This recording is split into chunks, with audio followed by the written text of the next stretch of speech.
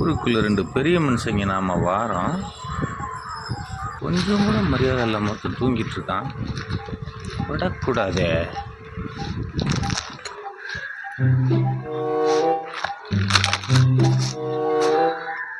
சுரேஷ்,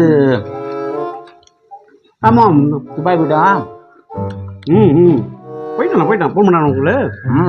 என்ன போய் சேர்ந்துட்டேன், வேலை கிடச்சிட்டான். என்ன வேலையா? ஏர்போர்ட்டில். அதான் ஏர்போர்ட் என்ன வேலை? ஃப்ளைட்டு இறங்குதுல்ல? ஆமாம்.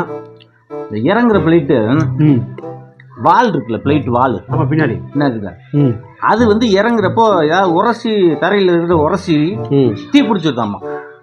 சரி, அதை வந்து ஒரு 10 தரையை உரசாம தாங்கி பிடிக்கணுமா வாழை. ஆமாம், அதில் ஒரு ஆள், 10 பேரில் ஒரு ஆள். ஃப்ளைட்னோட எனக்கு ஞாபகம் வருது.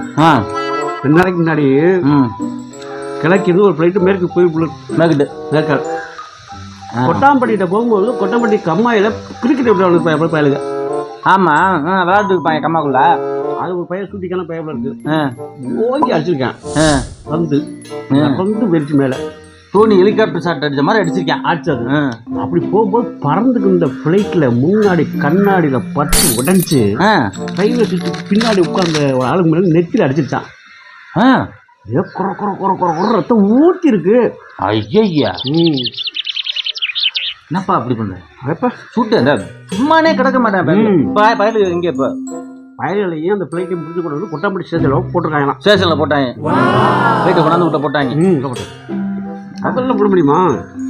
நான் ஃப்ளைட் விட்டின டிரைவரு டிரைவரையும் பிடிச்சி போட்டாங்க.